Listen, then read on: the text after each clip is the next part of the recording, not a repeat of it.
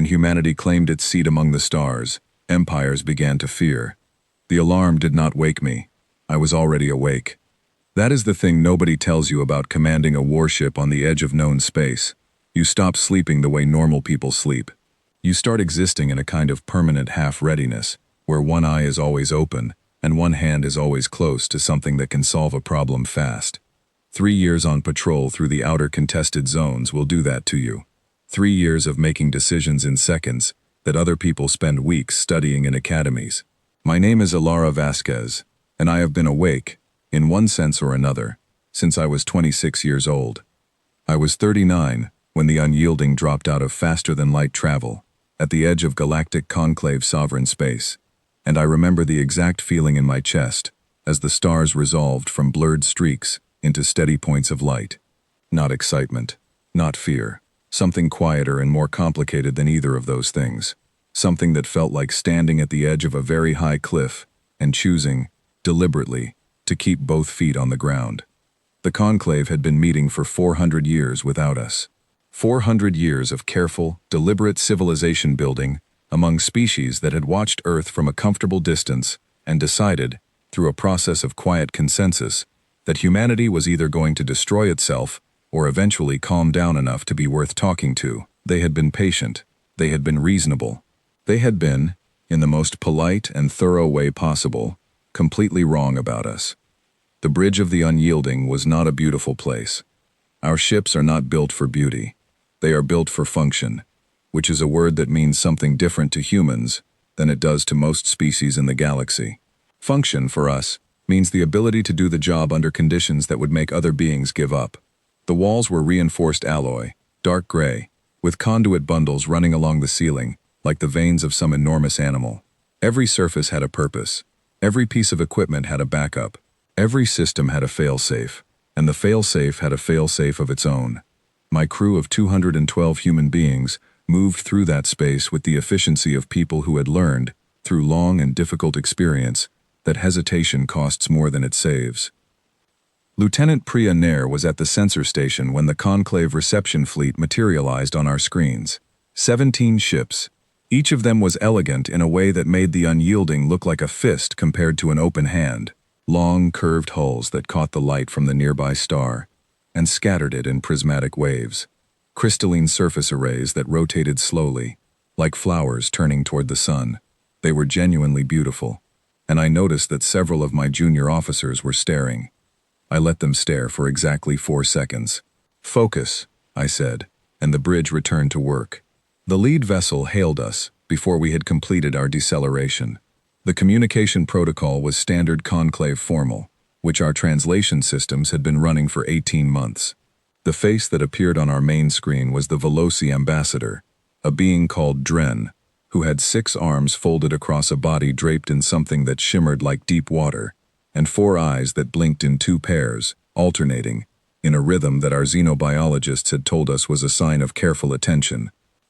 "You are the human delegation," Dren said. It was not quite a question. His translated voice was measured and precise, the kind of voice that had spent centuries learning how to say difficult things without making them sound dangerous. "We are," I said. "We expected more ceremony," Dren said. "Our records indicate that human diplomatic missions typically involve significant visual presentation, decorated vessels, formal display formations. We prepared a reception corridor." I looked at the unyielding sensor readout. The 17 conclave ships had arranged themselves in a wide arc, perfectly symmetrical, clearly designed to be flown through in a slow and ceremonial approach. It was a beautiful gesture. It was also, I noted, a formation that would make it very difficult for us to maneuver quickly if anything went wrong. "We appreciate the gesture," I said. "We will approach on our current heading." Another pause. Dren's outer 2 eyes blinked. "Of course," he said. That was the first moment. Not a dramatic one. Not the kind of thing you would put in a history book. But I felt it, the way you feel the first shift in air pressure before a storm. The conclave had expected deference. They had spent 400 years being the ones who set the terms of every interaction with every species that came seeking membership. They were very good at it. They were patient and gracious, and thoroughly accustomed to new arrivals who came through that reception corridor, with their signals broadcasting gratitude and relief. We had not come through the corridor. We had said thank you, and kept moving, and something in the room had changed. My crew felt it too. I could see it in the way Priya sat slightly straighter at her station, the way our communications officer, a young man named Cole Harper, adjusted his headset and stopped tapping his stylus against his console.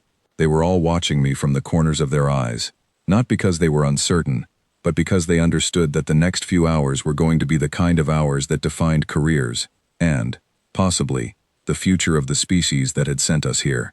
No pressure, I thought, and almost smiled. The formal docking process took 4 hours. The conclave station, which orbited a gas giant the Veloci called the Cradle of Agreement, was a structure of such scale that the unyielding looked like a small boat approaching a coastal city. 6 species maintained permanent installations on it. Thousands of beings from a dozen civilizations moved through its corridors daily. It had been built over 3 centuries, expanded and renovated and added to, until it was less a single structure and more a small world that had been persuaded into a particular shape. Our docking bay had been assigned in advance. It was, I noted, at the outer edge of the station, near emergency exit corridors. Whether that was a precaution or a subtle message, I chose not to decide. Both interpretations had the same appropriate response, which was to note it, file it, and say nothing. The delegation that met us at the docking bay entrance was led by a junior protocol officer from the Veloci Diplomatic Corps, a young being called Essie, whose 6 arms moved in quick, nervous patterns that our behavioral briefings had identified as a sign of contained anxiety. Flanking Essie were representatives from 3 other conclave species, the Solhari, who appeared as tall, translucent beings with crystalline structures visible beneath their skin, the Myco Collective, represented by what looked like a cluster of large fungal bodies moving in coordinated unison, and the Cathara, tall insectoids with hard shells the color of old copper and mandibles that clicked in sharp rhythms as they observed us. I stepped off the ship first, alone, which was protocol for a commanding officer making first contact in a non-hostile environment. Behind me, I could feel my crew holding their breath. I walked to within 2 meters of Essie, stopped, and inclined my head in the formal acknowledgement gesture that our diplomatic corps had agreed on after 18 months of studying Veloci body language. Essie's arms stilled for a moment.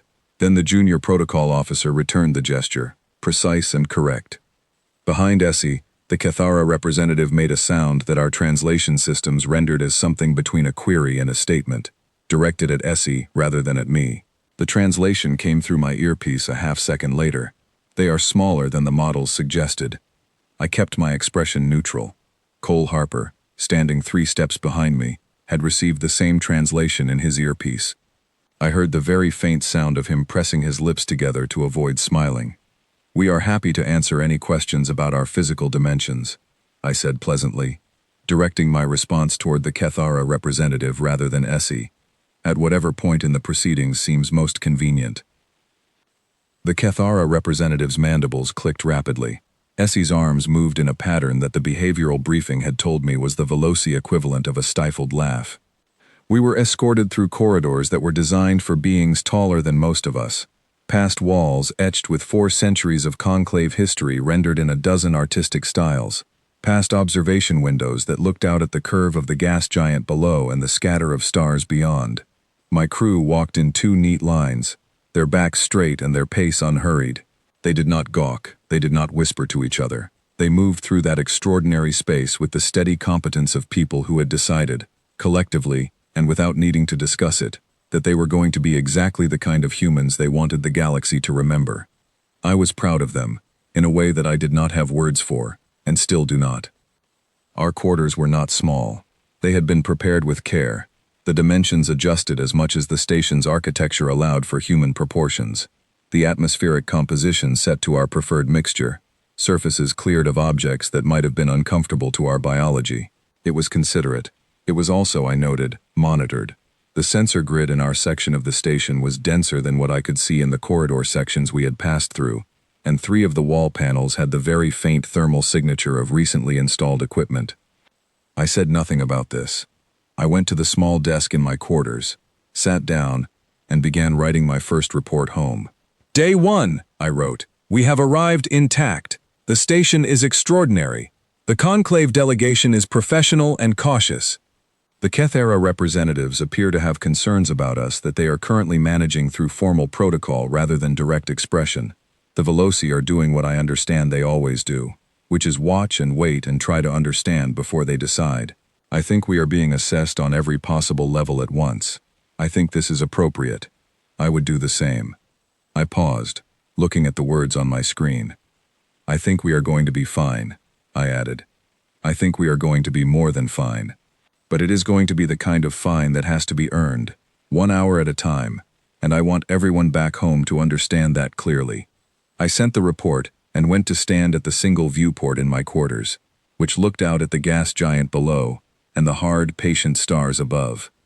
Somewhere out there, 14 light years from where I stood, my daughter Nina was probably still awake, because she was 14 years old and had inherited my habit of not sleeping well. She had asked me, the night before I left, what I thought would happen, whether I was scared, whether I thought humanity was ready. I had told her the truth, which was that I did not know the answer to any of those questions, and that not knowing was not the same as not being ready. She had not looked entirely convinced. She had the kind of face that shows what she is thinking whether she wants it to or not, which she got from her father, and what I had seen on that face was the very specific expression of someone who loves you enough to be honest about their worry. "I'll write," I had told her. "You always say that." "I always do it too," I said. She had smiled then, finally, and hugged me hard enough that I could still feel it. Weeks later, standing at a viewport on an alien space station, looking at stars that humans had only ever seen from afar until now. The first full day of formal sessions was scheduled for the morning. I had 11 hours. I used 4 of them to sleep, 2 to review the session briefings, 1 to walk a circuit of our assigned quarters section with Cole, noting everything we could observe about the station's layout and systems, and the remaining 4 to sit with the rest of my senior staff around the small table in the main common area of our quarters block, drinking something that was almost like coffee, and talking through what we expected, what we planned for, and what we would do if the unexpected arrived instead. Lieutenant Priya Nair was the last to leave that conversation. She was the youngest member of my senior staff, 29 years old, with the kind of instincts that took most people twice that long to develop. She had grown up in Chennai, gone to the Naval Academy at 18, and spent the 3 years before this assignment as the chief security officer on a deep space research station where the nearest backup was a 6-hour transit away. She was not the kind of person who startled easily. "Commander," she said, pausing at the doorway.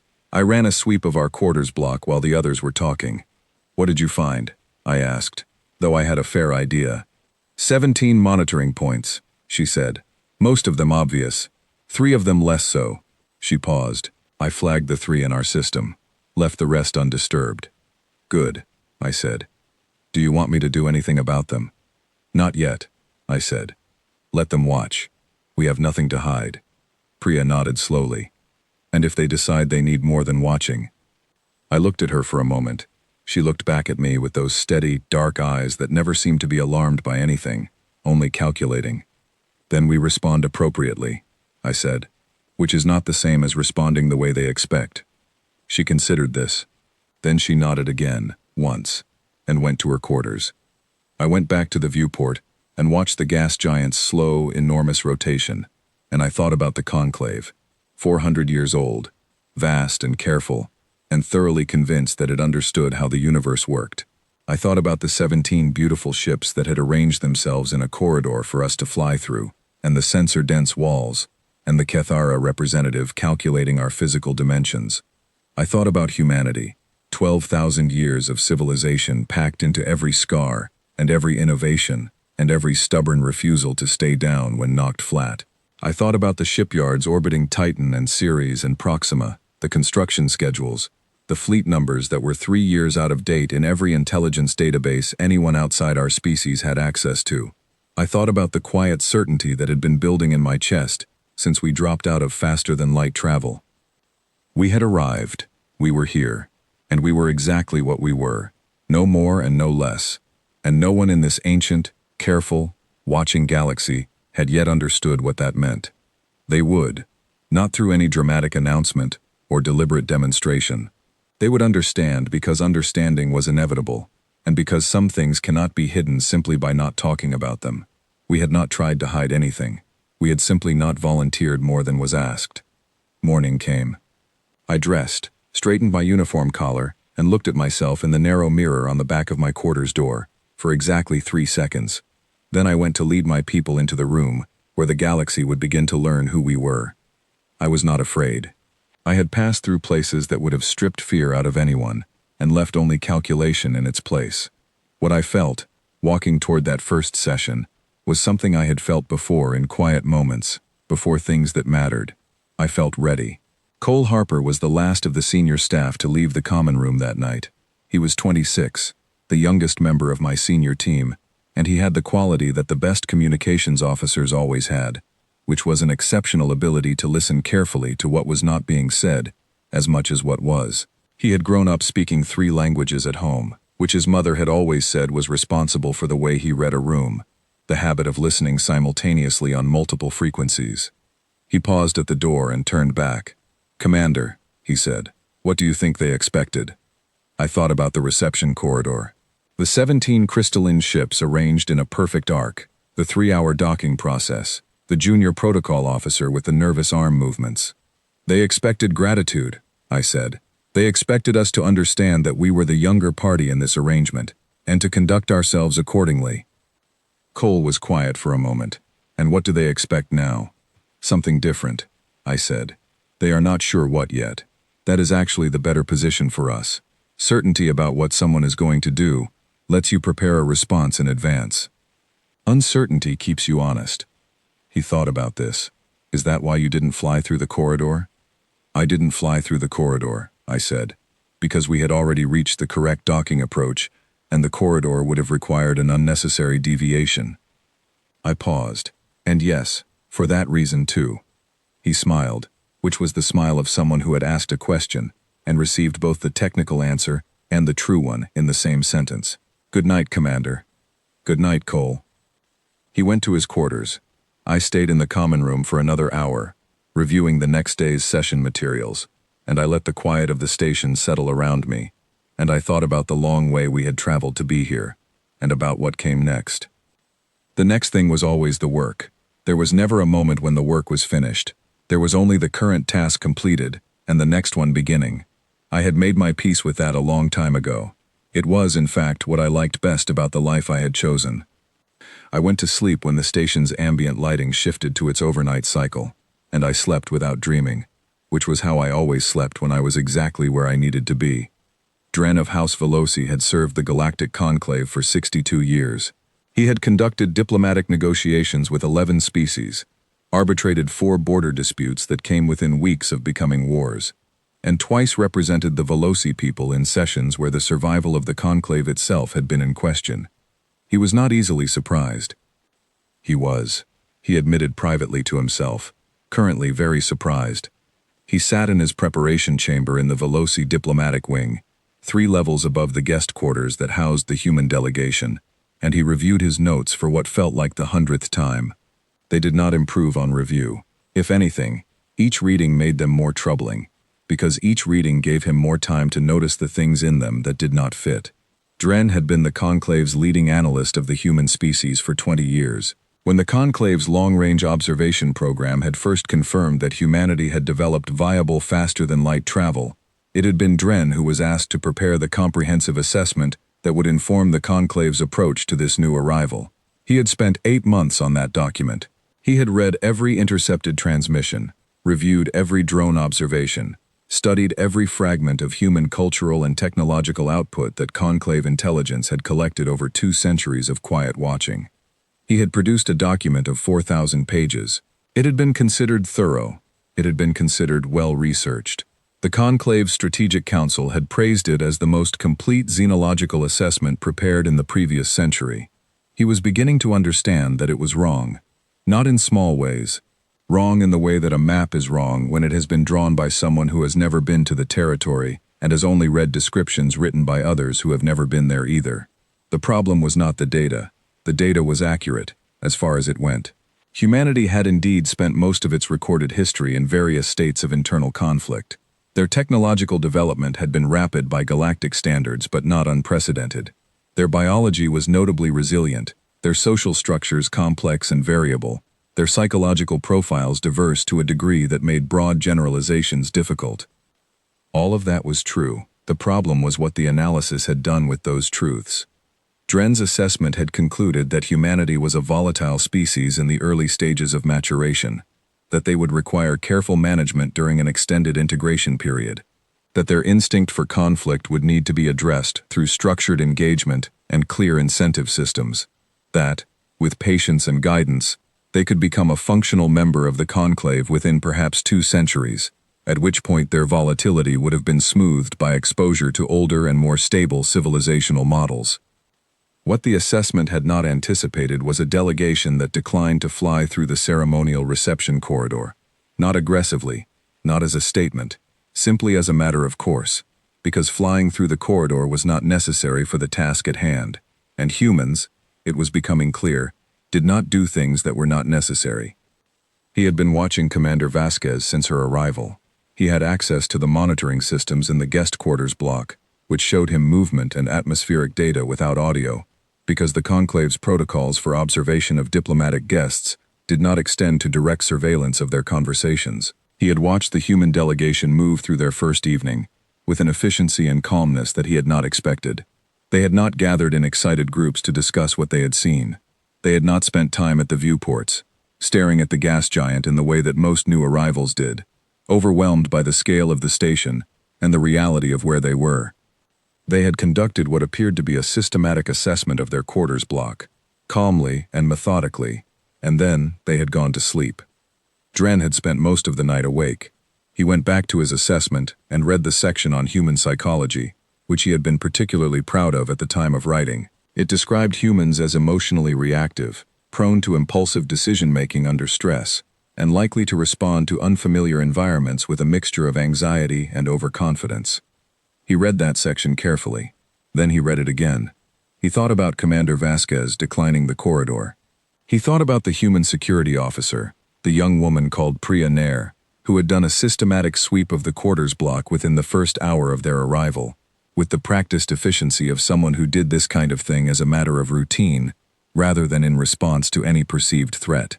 He thought about the way the entire human delegation had moved through the station's corridors during their escort to the guest wing, not gawking or whispering or clustering together in the way that most new arrivals did, but moving in 2 lines with their backs straight and their eyes taking in everything, without visibly reacting to anything. He picked up his stylus and wrote at the top of his notes, "Revise assessment. Category: Psychological profile. Assessment of volatility appears to be based on observation of interhuman conflict behavior. Insufficient basis for prediction of behavior in external diplomatic context. Recommend complete revision of psychological framework." He stared at what he had written for a long time. The honest version of what he was thinking was this. The conclave had watched humanity fighting with itself for 2 centuries, and had concluded that fighting was simply what humans did, the way some species flocked and others burrowed and others migrated. What the conclave had not considered was the possibility that humanity's internal conflicts were not a sign of uncontrolled instinct, but a sign of something much more interesting, which was a species that had been solving problems by any means available, and had become, through long practice, extremely efficient at it. The Kethara had been the loudest voice in conclave chambers for years, arguing that humanity represented a risk that should be managed through exclusion. "Keep them out," the Kethara said. "Let them stabilize on their own terms, over their own time scale, before any kind of integration is considered." The argument was always framed in terms of the conclave's responsibility to its existing members, the need to protect centuries of carefully constructed peace from the unpredictability of a young species. Dren had not entirely disagreed. He had not said so publicly, because his professional role required him to present analysis rather than advocacy. But privately, he had thought the Kethara were raising legitimate concerns. He was not sure he thought that anymore. What he was beginning to think was something that made him put his stylus down and simply sit for a moment, because it was the kind of thought that changed the shape of everything around it once you let it in. The Kethara were afraid of humanity because humanity was unpredictable, but humanity was not unpredictable in the way that unstable things were unpredictable. Humanity was unpredictable in the way that a very capable opponent was unpredictable, because their range of responses to any given situation was so much wider than the Conclave's models allowed for, that the models simply could not anticipate them. That was not a sign of youth. That was a sign of depth. Dren was still sitting with this thought when his communication panel signaled that the morning briefing with the full Veloci diplomatic team was about to begin. He gathered his notes, straightened his formal robes, and went to join his colleagues, taking with him the privately uncomfortable knowledge that he was walking into a briefing full of people who still believed his 4,000-page assessment was a reliable guide to what was going to happen. He would have to be careful about how he introduced what he was learning. The briefing room was arranged in a semicircle, with 9 Veloci diplomats of varying seniority seated around a curved table. Dren took his place at the center, which was the tradition for the senior analyst, and looked around at his colleagues. Ambassador Sarah, the senior diplomat, sat to his immediate left, her 6 arms folded in the posture that indicated she had slept and was ready for work. She was 70 years old and had been in the diplomatic service for longer than Dren had been alive, and she had the quality that the best diplomats always had, which was the ability to hear things she did not expect without visibly reacting to them. He was going to need that quality in the next few minutes. First observation from overnight monitoring, he began. The human delegation conducted a systematic security assessment of their quarters block within the first hour of arrival. This was not a response to any identified threat. It appears to be standard protocol for this team. Standard protocol, Ambassador Sarah repeated. Her tone was perfectly neutral, which from her was a significant response. The security officer, Lieutenant Nair, identified 17 monitoring points in their quarters block. She flagged 3 of them in their internal systems and left the rest undisturbed. He paused. She did not report the monitoring points to Commander Vasquez as a problem. She reported them as a status update. The room was quiet for a moment. They found the monitoring array, said one of the junior diplomats, a young male called Essen, and his voice had the slightly strained quality of someone trying to process new information that does not fit their existing categories. They found most of it, Dren said. I do not know whether they found all of it. How could they not? Essen asked. Because they chose not to spend more time looking, said Ambassador Sarah, and Dren felt a wave of relief, because she had understood immediately, which meant he would not have to explain. They know they are being monitored, Sarah continued. They have accepted it as a condition of the situation. They have noted what they found, assessed it as non-threatening, and moved on to the next task. She was quiet for a moment. That is not the behavior of a volatile species. No, Dren said. It is not. The briefing continued for 2 hours, and by the end of it, Dren had introduced 3 separate revisions to his assessment framework, each one carefully phrased and professionally delivered, each one landing in the room like a stone into still water, sending slow rings outward in every direction. The junior diplomats were unsettled. Ambassador Sarah was thoughtful. The security liaison, a compact being called Yara whose specialty was threat assessment, was so quiet by the end that Dren began to wonder whether he had pushed too far too fast. What is your updated recommendation? Ambassador Sarah asked at the close of the briefing.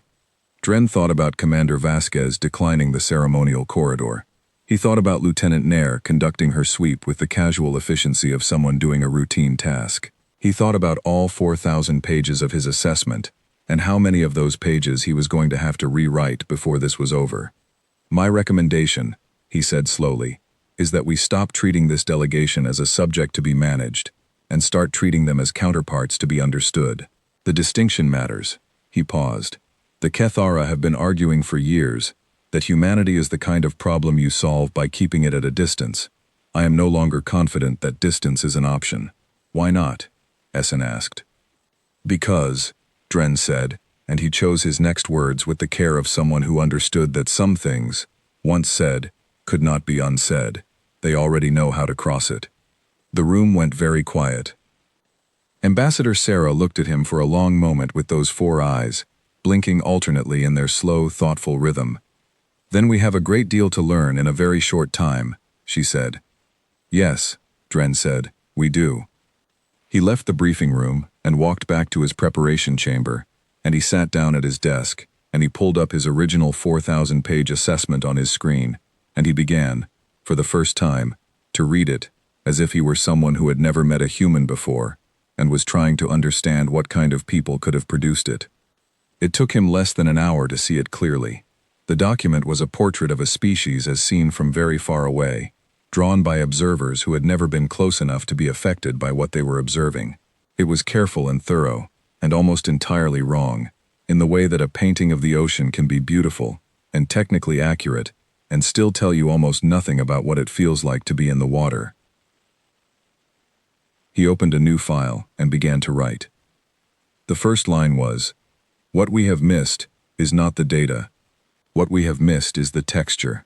He sat back and looked at that sentence. Then he kept writing, because he was 62 years old, and had spent those years learning that the most important thing a diplomat could do was recognize the moment when everything they thought they knew needed to be reconsidered. This was that moment. Below in the guest quarters, the human delegation was having breakfast, and the sensor grid showed him that they were arranged around their common room table in a relaxed cluster, talking easily, some of them laughing, normal, comfortable, completely at ease in a place that was profoundly strange to them, in a situation that carried the weight of their entire species' future, in a station full of beings who were studying their every move with equipment they had found and catalogued on their first evening here. Comfortable. Dren wrote for another 3 hours, and what he wrote would later be called, by the scholars who studied this period, the first honest assessment of humanity ever produced by a conclave analyst. He never called it that himself.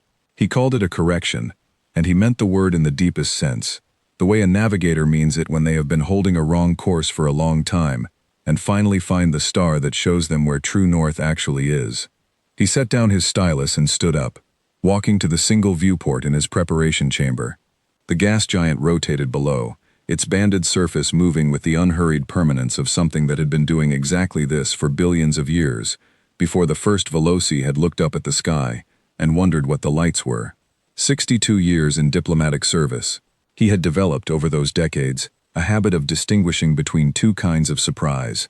The first kind came from something happening that you had not anticipated, and it was the ordinary surprise of events unfolding in the gap between expectation and reality.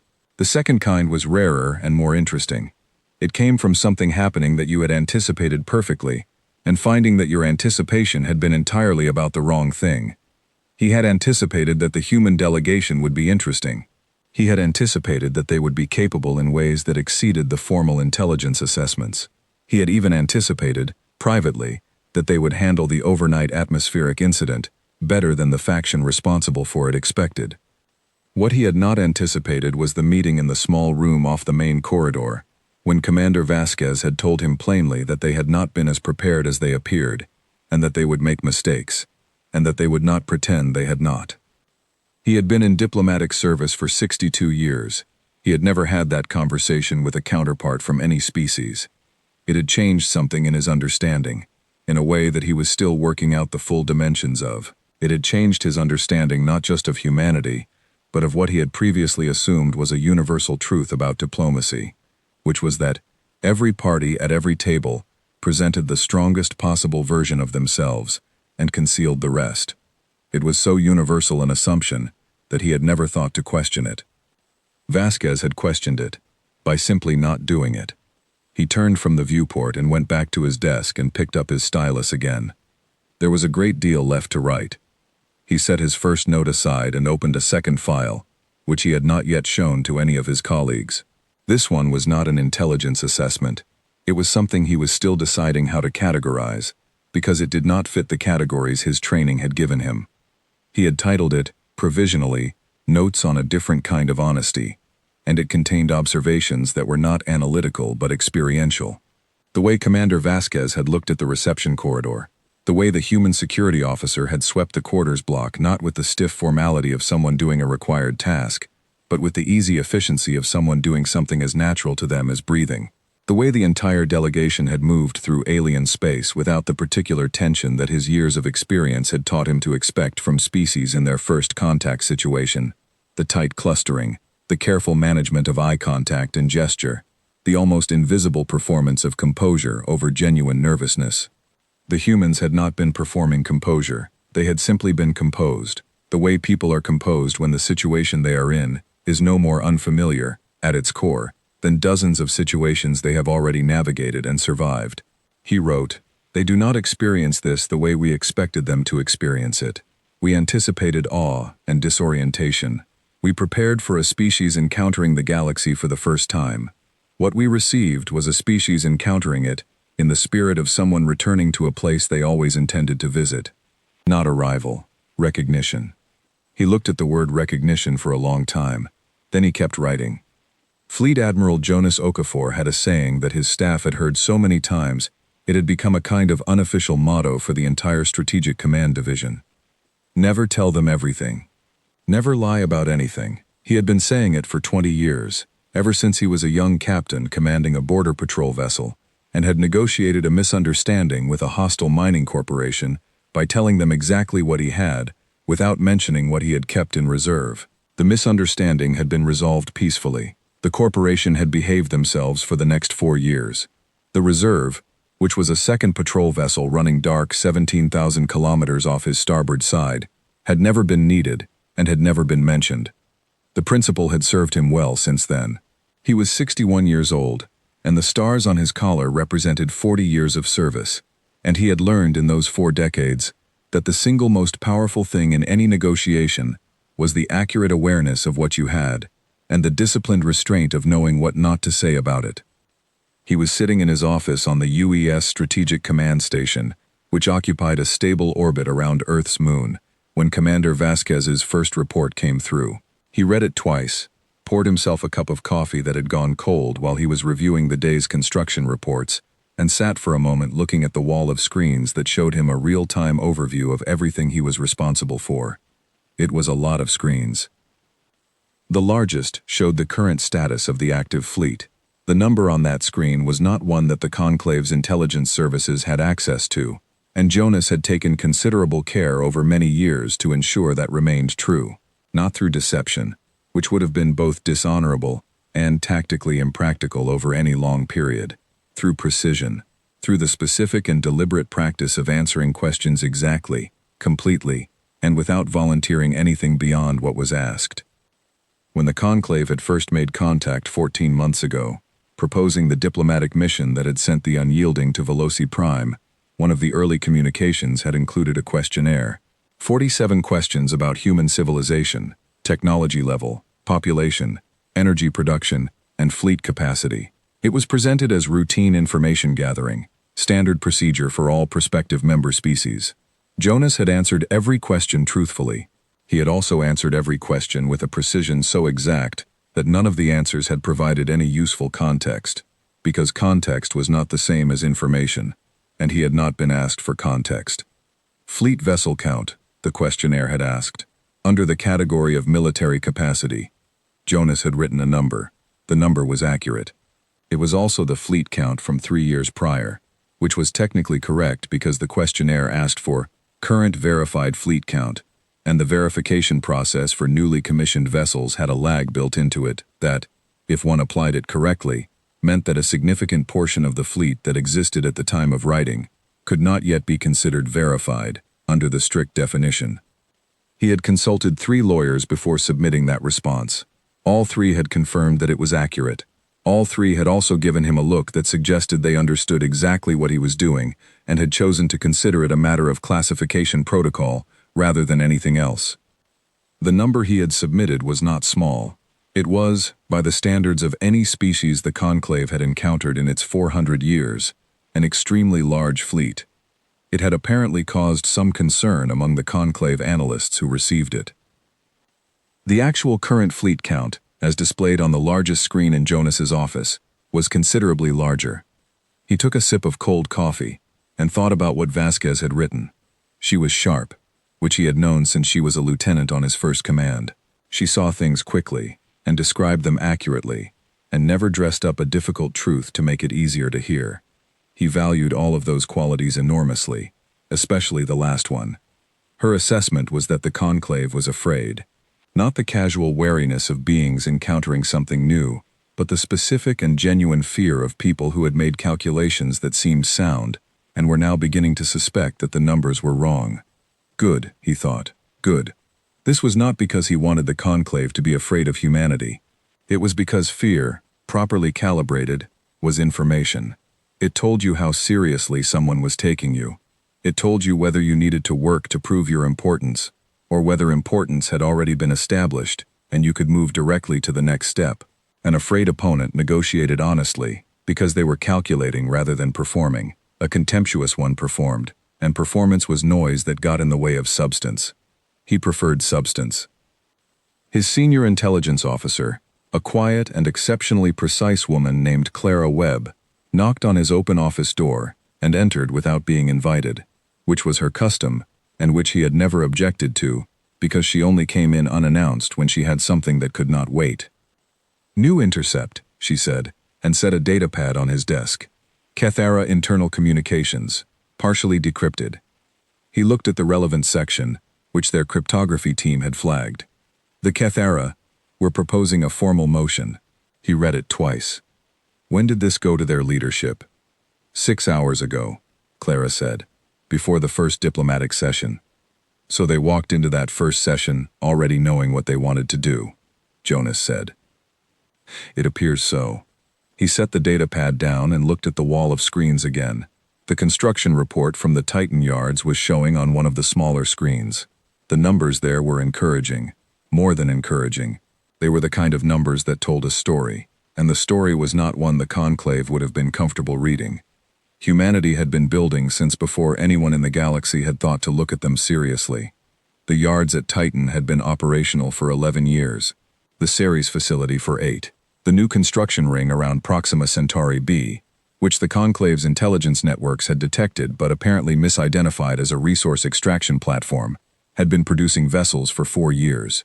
The combined output of all 3 sites, plus the 6 secondary yards scattered through the outer solar system, added a number to the fleet count every few months that would have surprised the analysts who had accepted Jonas's questionnaire response as complete. He thought about what Vasquez had written in her first report. She had described the conclave station as extraordinary, which it was. She had described the delegation members as professional and cautious. She had noted, in the careful phrasing she always used when she was telling him something important while leaving room for him to draw his own conclusions, that the Cathara had concerns and were managing them through formal protocol. Between the lines of that careful phrasing was the message he had expected and had prepared for. The conclave was doing what it always did, which was trying to manage the situation. They were used to managing situations. They had been doing it for 400 years with every species that arrived at their borders.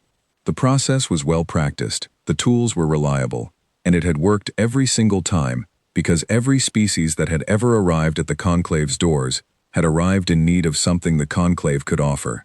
Humanity had not arrived in need. They had arrived in possession of most of what the conclave could offer, built by themselves, through means that the conclave had not assisted with and had not predicted. The tools that worked on every previous arrival were going to feel different when applied to a species that did not need them and knew it. This was the part that Jonas had spent the most time thinking about in the months before the mission launched. Not the tactical situation, which was manageable. Not the diplomatic protocols, which Vasquez and her team had prepared for exhaustively. The psychological situation, the way it would feel, to the conclave representatives, to encounter for the first time a species that sat across the table without any weight of need pressing them down. He had concluded that it would feel threatening, regardless of anything the delegation did, and that the correct response to that was not to minimize the feeling or work around it, but to let it be there and demonstrate, through every action and every word and every choice, about what to say and what to leave unsaid, that the threat was not the point, that humanity was not there to take anything or dismantle anything, that the correct frame was not competitor but partner. It was a difficult case to make while simultaneously not reducing the scope of what you were. The instinct, when you wanted to reassure someone, was to make yourself smaller. Jonas had made very sure, in every briefing and every preparation session before the mission launched, that no one in the delegation did that. Do not apologize for what you are, he had told them. Do not minimize it. Do not perform weakness to make them comfortable. Simply be what you are, fully and without drama, and let the space between what they expected and what they encounter do the work. He hoped that was what was happening on the other end of Vasquez's reports. He thought it was. Her phrasing suggested it was. But he would not know until the vote, and the vote was still 10 days away. His senior intelligence officer was still standing by his desk, which meant she had more to say. There's something else, Clara said. He looked at her. The Veloci are running an amended intelligence assessment, she said. We intercepted a fragment of internal communication. Their lead analyst filed a revised classification on humanity's threat profile this morning. Upward or downward? Jonas asked. Both, Clara said. He revised the threat category from low to medium to high. She paused. He also revised the potential partnership value from low to exceptional. Jonas looked at her for a moment. Same analyst filed both revisions? Within 6 hours of each other. That is a very honest analyst, Jonas said. Clara almost smiled. It appears so. He stood up, stretched, and went to the viewport behind his desk. Earth hung in the darkness, the same as always, blue and patient and permanently extraordinary to look at, regardless of how many times you had looked at it. Keep monitoring, he said. Send Vasquez the Kethara intercept. She should know what she is walking into before the next session. That will confirm to them that we have access to Kethara communications. It will confirm it to Vasquez, he said. She will know what to do with it. Clara nodded and left. Jonas stood at the viewport for a long time after she went. He was thinking about a conversation he had had with his daughter 7 years ago, before she had gone on her first deployment. The same conversation in some ways that every parent who had ever served had tried to have with every child who was following them into the same life. She had asked him what it felt like to carry the responsibility for that many lives, for that much weight. He had told her that the weight was not the hard part. The hard part was making peace with the fact that you were always making decisions with incomplete information, and that the best you could do was be as prepared as possible, and as honest as possible, and trust that the people around you were doing the same. She had thought about that for a while. Then she had asked whether he was ever afraid. He had told her the truth, which was yes, regularly, in the specific way that competent people who understand a situation clearly are afraid of it. Not paralyzed, not prevented from acting, just honestly aware of what was at stake and what could go wrong, which was the kind of awareness that produced better decisions rather than worse ones. She had seemed satisfied with that answer. She was serving on one of the Proxima ships now, and she was good at her job, and he thought about her whenever he looked at the fleet counts on his screens and felt the thing he always felt about numbers that represented people. He went back to his desk. There were construction reports to review, supply schedules to approve, 3 deployment recommendations from the Outer Patrol Division that needed his sign-off before the end of the day. The work did not pause for history being made. The work was always there. He picked up the first report and started reading. His mind kept returning to Vasquez's words. The Conclave was afraid.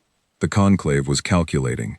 The Conclave was going to make a decision, and the decision was going to set the terms of humanity's relationship with the wider galaxy for a generation. He trusted Vasquez to handle it. He had spent his career trusting people who had earned it, and she had earned it a dozen times over, in circumstances far less forgiving than a diplomatic session. But he also knew something that no amount of trust could substitute for, which was that some things you could only learn in the room, and Vasquez was in the room and he was not, and the information he had was always going to be behind what she was experiencing, by however many light years separated them. He kept working. The reports needed reviewing. The schedules needed approving. The Outer Patrol recommendations needed his attention. And 3 light years away, humanity's first representative at the Galactic Conclave was doing the work that he had spent 40 years helping to make possible, one careful choice at a time, in the room where the galaxy was finally deciding what to make of them. Keep going, he thought, for all of them. Keep going. He approved the 3rd deployment recommendation and set it aside. The Outer Patrol Division was requesting authorization for an extended range exercise, which was routine and which he approved without hesitation, because the Outer Patrol Division ran extended range exercises regularly, and there was nothing unusual about the request beyond its timing, which happened to coincide with the diplomatic mission, and which therefore had a secondary utility that he did not need to document anywhere. Clara Webb returned before the end of the day with updated intercept data and a note from the listening station at the Conclave's peripheral zone. which had been operating for 11 months without, as far as anyone could tell, being detected. The note was brief. It confirmed that the conclave's internal communications about the human delegation had shifted in tone significantly since the previous day. The alarm level had gone up. The language about humanity had changed from management vocabulary to something closer to contingency planning. Jonas read the note twice. He filed it under useful. He thought about the Titan construction schedule, which was 3 weeks ahead of projection.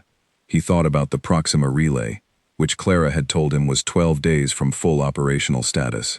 He thought about the 6 secondary yards in the outer solar system, each one listed in its documentation under a classification that did not require disclosure to any external party, because they had been established under a domestic infrastructure mandate that predated the conclave's contact inquiry by 8 years.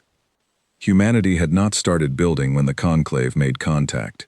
Humanity had been building for a long time, before anyone outside the solar system had thought to ask. He poured himself a fresh cup of coffee, which he drank while it was still hot, which was a luxury he had learned to take advantage of in the moments it was available. The stars outside his viewport did not look like anything in particular from this close. They were points of light, numerous and patient. The gas giants and rocky planets and vast empty spaces between them were invisible at this scale. The galaxy was mostly dark and mostly quiet, and within that quiet, things were growing that had not been there before, steadily and without announcement. He approved the final report of the day and closed his screens. Tomorrow there would be more.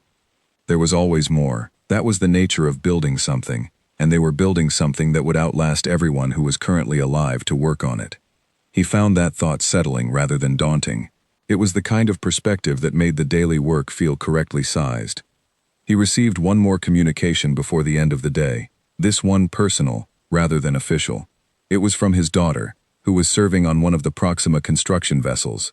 She had seen the news of the mission's first report on the Fleet Information Network, redacted to the level appropriate for her clearance, and she had written him the message that she wrote whenever something significant happened, which was a message that contained almost no sentiment, and was therefore entirely sentiment, the way the most important things often were.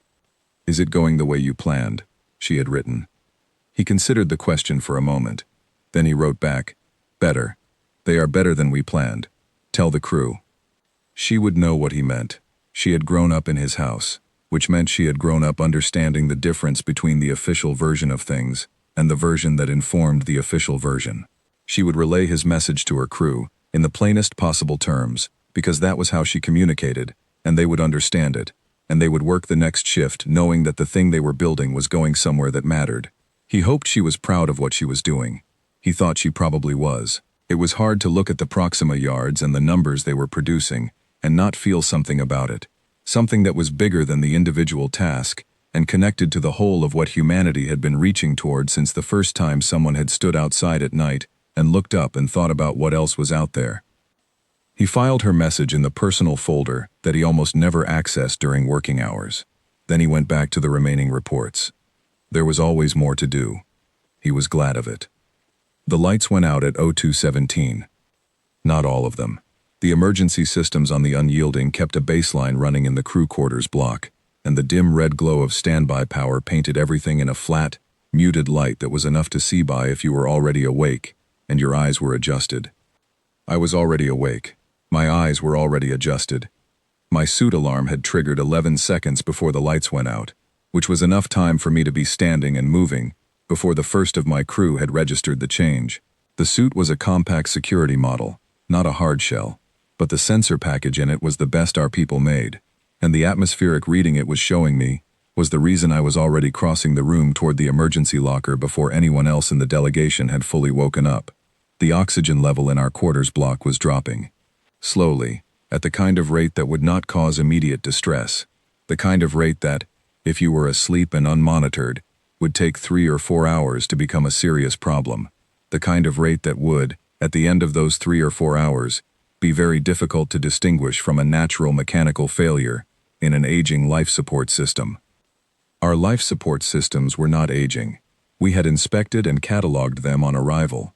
They were conclave standard equipment, well maintained, showing no signs of significant wear. The drop in atmospheric composition was not a mechanical failure.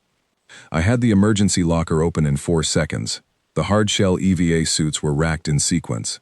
I pulled the first one out and hit the panel to wake my senior staff. Lieutenant Priya Nair was in her suit before the wake signal had finished cycling through the quarters.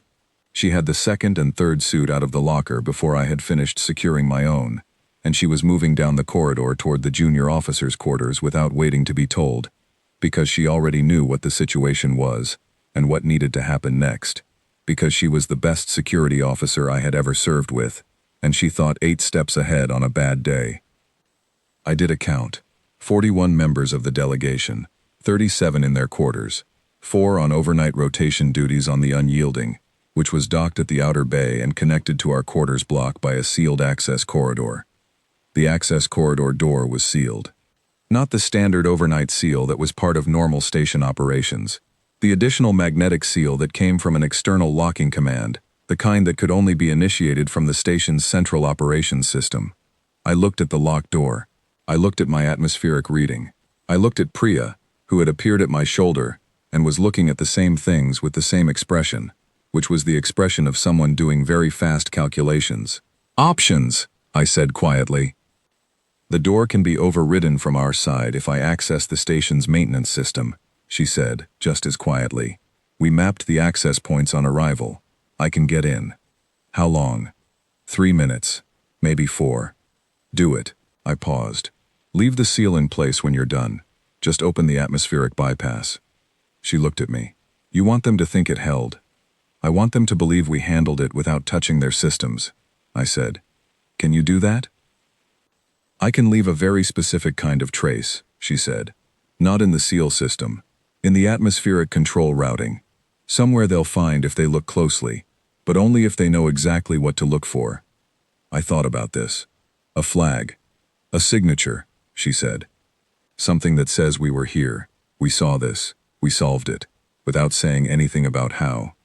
She was better at this than I had expected, which was already better than almost anyone else I had met.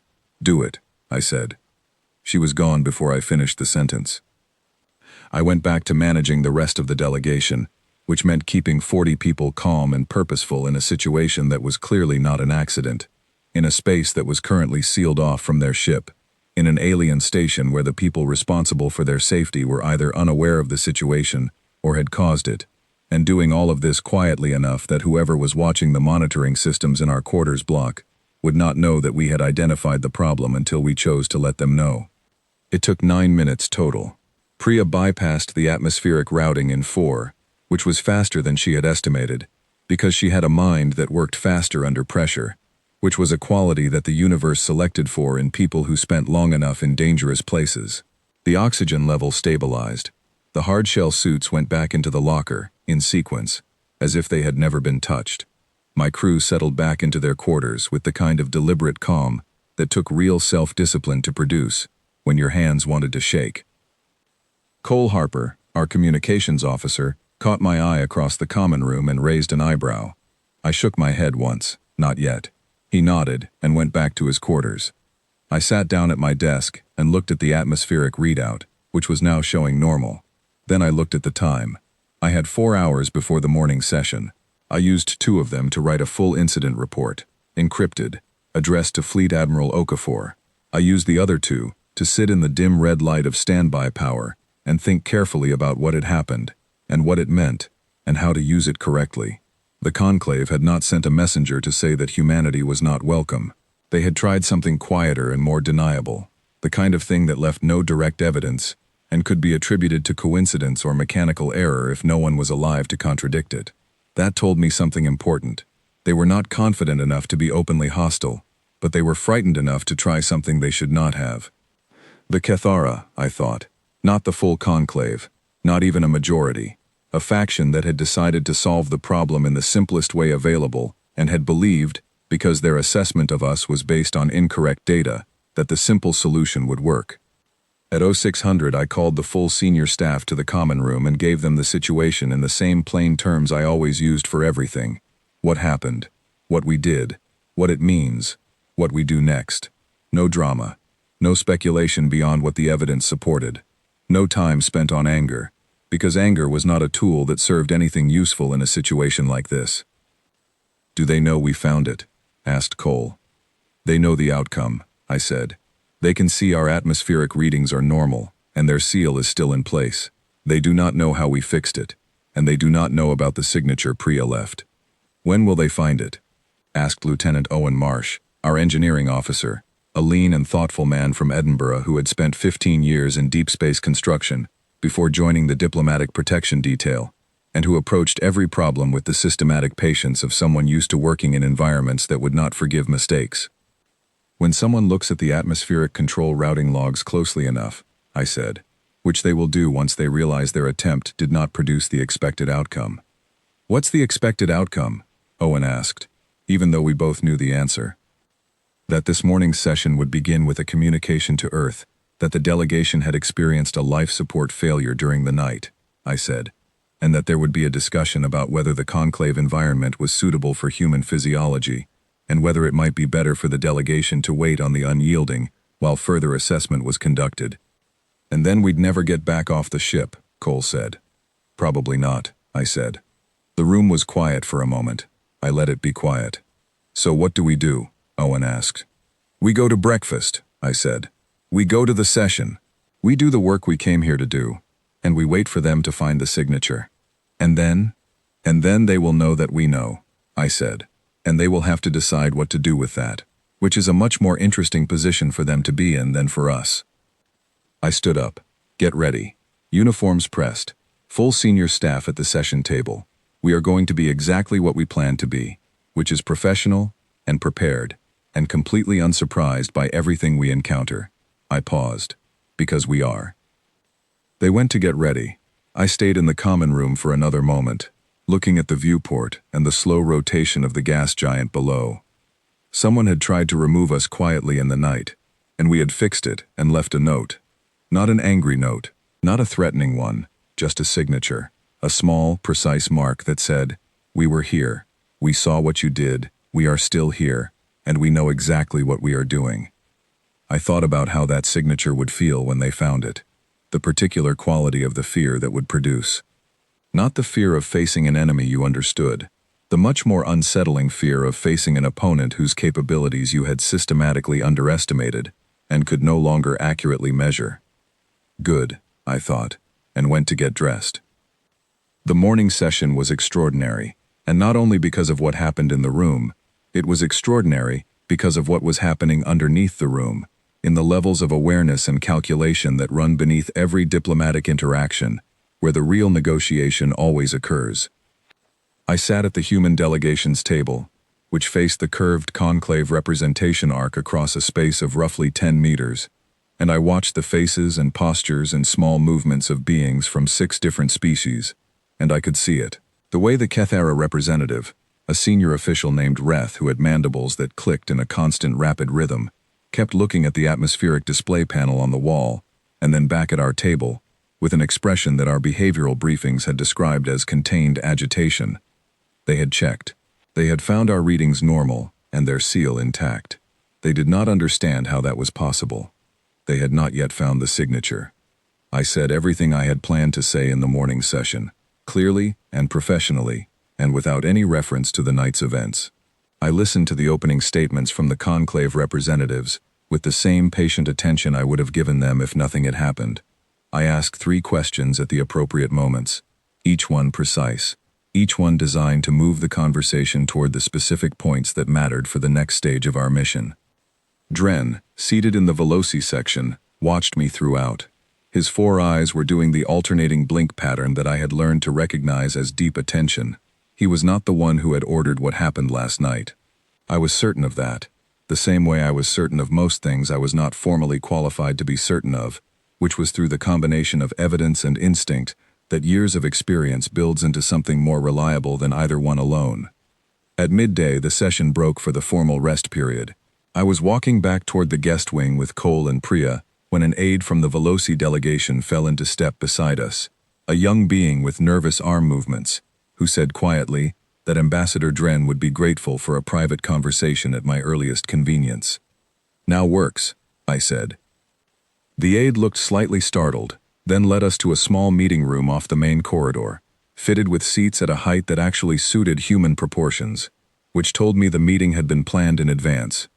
Dren was already there, alone. His formal diplomatic robes had been exchanged for something plainer, and the effect was of someone deliberately presenting themselves in a less official capacity. I sat. Priya stayed near the door. Cole remained in the corridor. Dren looked at me for a moment without speaking. "You know what happened last night?" he said. "Yes," I said. "Did you report it to your command?" "Yes," I said. "Are you going to report it formally to the Conclave Council?" I thought about this for a moment, but not because I was uncertain, because the question deserved the care of being fully considered before it was answered. "Not today," I said. "Not unless you give me a reason to think it was council-sanctioned." Dren's outer two eyes blinked slowly. "It was not." "I know," I said. "How?" "Because if the council had sanctioned it, the approach would have been different," I said. "More elaborate, better planned. This was done quickly by someone who was frightened and did not think it through." Dren was quiet for a moment. "You are not angry. Anger isn't a tool," I said. "It doesn't build anything." He looked at me with all four eyes, and the expression on his face was not one that I had a behavioral briefing for. It was something I recognized anyway, because it was the same expression I had seen on the faces of very intelligent people who had just encountered information that required them to revise their understanding of something important. "They will find what you left," he said, "in the atmospheric logs." "Yes," I said. "What do you want them to do with it?" I looked at him steadily. "I want them to understand," I said, "that the people they sent that corridor to manage are not the people they thought they were inviting, and that the difference is not a threat. It's an opportunity, if they're smart enough to see it." Dren sat back, his arms folded in a configuration that I had read, in the behavioral briefings, as a sign of careful, sustained thought. "Some of them are that smart," he said quietly. "I know," I said. "That's why I'm still at the table." The rest of that morning moved with the particular quality of time after something significant has passed. Not slow, not fast, but dense, every hour containing more than its ordinary measure of information and exchange and the quiet accumulation of understanding.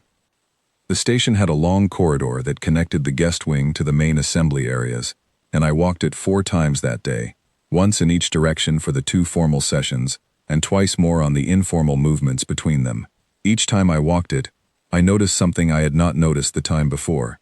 The texture of the walls changed in 3 distinct sections, each corresponding to a different phase of the station's construction. The oldest section rough and organic in the Veloci style. The middle section, more regular and geometric. The newest section, smooth and utilitarian, in a way that reminded me, faintly, of our own construction aesthetic. Owen had noticed it too, on our second pass. He said nothing, but I saw him run one hand along the transition between the old section and the middle one, his fingers reading the seam. He caught me watching, and gave me a brief nod. He had filed it the same way I had, as information about what had been built here and when and by whom, which was a different kind of intelligence than what you got from briefing documents and intercept data, but not a less valuable kind. By the end of the 4th session of the day, the Veloci had proposed a working group on integration protocols, which was a procedural step forward, and also a signal that the moderate faction was consolidating around engagement, rather than further delay. The Kethara had participated in the working group discussion with professional correctness, which told me they were recalculating, finding the edges of what was still achievable within the new constraints. I made note of the individuals who spoke most and least in each session. The ones who spoke least were often the most important to understand. Priya met me in the corridor after the final session and fell into step beside me. She had the expression she had when she was about to say something she had been holding on to for several hours. "The Arith delegate asked me something interesting," she said. "I know," I said. "I saw the conversation. What did they ask?" "They asked why we left the signature in the logs instead of using it as leverage." I considered this. "What did you tell them?" "I told them that leverage was a short-term tool, and we were here for longer than that." She paused. "They said that was the most useful thing anyone from a new species had said to them in 40 years. I thought about that for the rest of the walk back to our quarters. The session materials for the next morning were already loaded into my datapad when I got back to my quarters. I reviewed them for an hour, making small notations at the margins, flagging the 3 items that would need the most careful handling. The night had changed things. The morning would reflect that, and I needed to be ready for it. I wrote one more entry in my mission log before closing it for the night. It was short. Day 4. The room knows that we know. The knowing changes the geometry. Tomorrow, we find out what kind of geometry the conclave prefers when it cannot pretend not to know. I closed the log, set my alarm for 6, and went to sleep in the red-tinged dark of standby power, with the gas giant turning slowly outside the viewport, and the weight of what we had done, and what we had left undone, and what we intended to do next, resting in that particular way. That meant I was exactly where I needed to be, and doing exactly what I was supposed to be doing.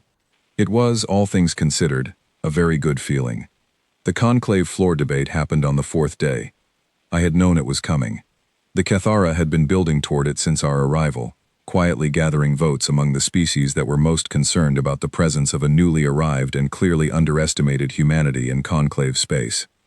They had used the overnight incident, which had by then become known through the kind of slow information spread that is impossible to stop in a closed community of diplomats, as evidence for their position. Look, the argument went, at the disruption that already exists. Look at the uncertainty. Look at what we are inviting into the careful structure we have built. What they did not say, because they could not say it without acknowledging what they had tried to do, was that the disruption they were pointing to had been caused not by humanity, but by their own side's decision to try to remove us. I found that detail interesting in the way that I always found contradictions interesting, which was as a marker of where the truth was buried and how deeply it had been covered over. Ambassador Dren had sent me a private message the evening before the floor debate. It contained a single sentence: "Be patient in the chamber tomorrow. The loudest voices are not always the most numerous." I had taken his advice.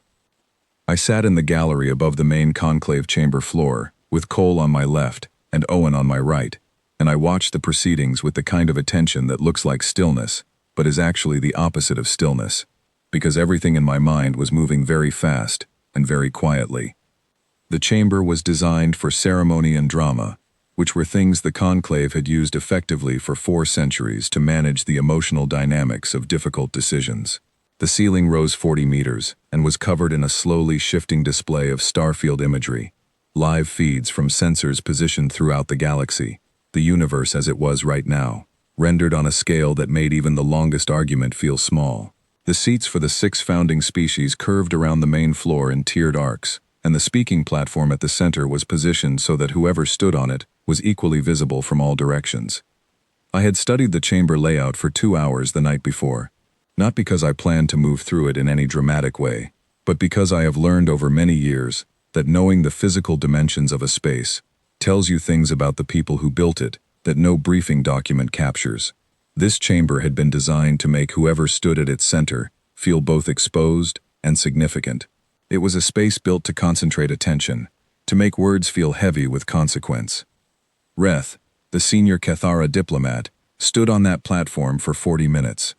I will not say it was a weak argument, because it was not. Reth was a skilled speaker, and the case being made was based on real concerns. I had understood, from my first hour in this station, that the conclave's fear of us was not irrational. It was based on incomplete information and an underestimation of our intentions. But the underlying instinct, to be careful about what you let into a structure that has taken centuries to build, was reasonable. Reth spoke about the conclave's history, about the species that had tried to join and had caused damage before being integrated, not through malice but through the difficulty of calibrating very different civilizational values to a shared set of rules, about the careful work of 400 years that had produced a stability worth protecting, about the responsibility of current members to the members who had come before and built what existed. None of that was wrong. The problem was the conclusion, which was that the appropriate response to a real risk was exclusion, that closing the door was safer than opening it, that the conclave could afford to keep humanity at a distance until humanity had proven, by some criteria that Reth did not define, that it was sufficiently stable. Cole leaned toward me once during Reth's speech and said something very quietly. I did not catch the exact words, but I caught his expression, which was the expression of someone who has just heard an argument they want very much to respond to and is exercising considerable self-control in not doing so. I put my hand briefly on his arm. He nodded and went back to watching. Owen, on my other side, had not moved in 40 minutes. Owen was from Edinburgh, which was a place that produced, in my experience, people who could sit very still, for very long periods, while thinking very hard, and who tended to produce, at the end of that stillness, one perfectly aimed sentence that ended whatever argument was being had. I was looking forward to his assessment later. When the Cathara formal statement was complete, the chamber opened for responses from other delegations. 3 species spoke in support of the motion. 2 spoke against. 1, the Myco Collective, offered a statement of such deliberate ambiguity that I spent several minutes trying to determine which side of the argument it was meant to support, and concluded that it had been carefully constructed to be undecidable, which told me the Myco Collective was still watching and had not decided. I filed that away. When it was time for the human delegation to speak, I went down to the floor alone. I could feel the gallery watching me as I crossed the chamber. The sound of my footsteps on the floor was louder than I expected, the chamber's acoustics being designed to project even small sounds clearly. I reached the speaking platform and stepped up onto it, and the room was quiet. I did not have notes. I rarely use them. Notes are useful when you are uncertain about what you want to say. I was not uncertain. I want to be honest with you, I said. Not in the diplomatic sense, where honesty means saying true things carefully arranged to produce a desired response. I mean honest, the way you are honest with someone you respect, which is to say plainly, and without protecting either of us from the difficulty of it. The chamber stayed quiet. I had been told that was unusual. Most speakers in this chamber were greeted with a constant low background of ambient sound, from the different species' respiratory and movement patterns. Quiet was not typical. You have spent 400 years building something that has real value. The fact that you are all still here, talking to each other, across what I understand are profound differences, is extraordinary. It is not nothing. I am not here to dismiss it or diminish it. I paused. I let the pause last long enough to be deliberate without being theatrical. But here is what I have observed in 4 days. You are afraid of us, not because we have done anything hostile, not because we have threatened anyone. You are afraid of us because we are here, and because we are not what you expected, and because the gap between what you expected and what we are is large enough that you cannot currently see the other side of it. I looked at the Cathara arc when I said that, not aggressively, simply directly, the way you look at someone when you want them to know that you are speaking to them specifically. Reth's mandibles clicked. I noted it and kept going. The argument you have just heard is that this gap makes us dangerous, that you should close the door until the gap is smaller. I let that sit for a moment. I want to offer a different interpretation. The gap exists because you watched us for 200 years and built a picture of us based on what we were doing to each other. You saw the difficulty and concluded that difficulty was the whole of us. It is not. Every difficult thing humanity has ever done to itself has left a mark. Every conflict has left knowledge. Every failure has left a lesson that was paid for at great cost and is therefore carried with great care. We are not a smooth species.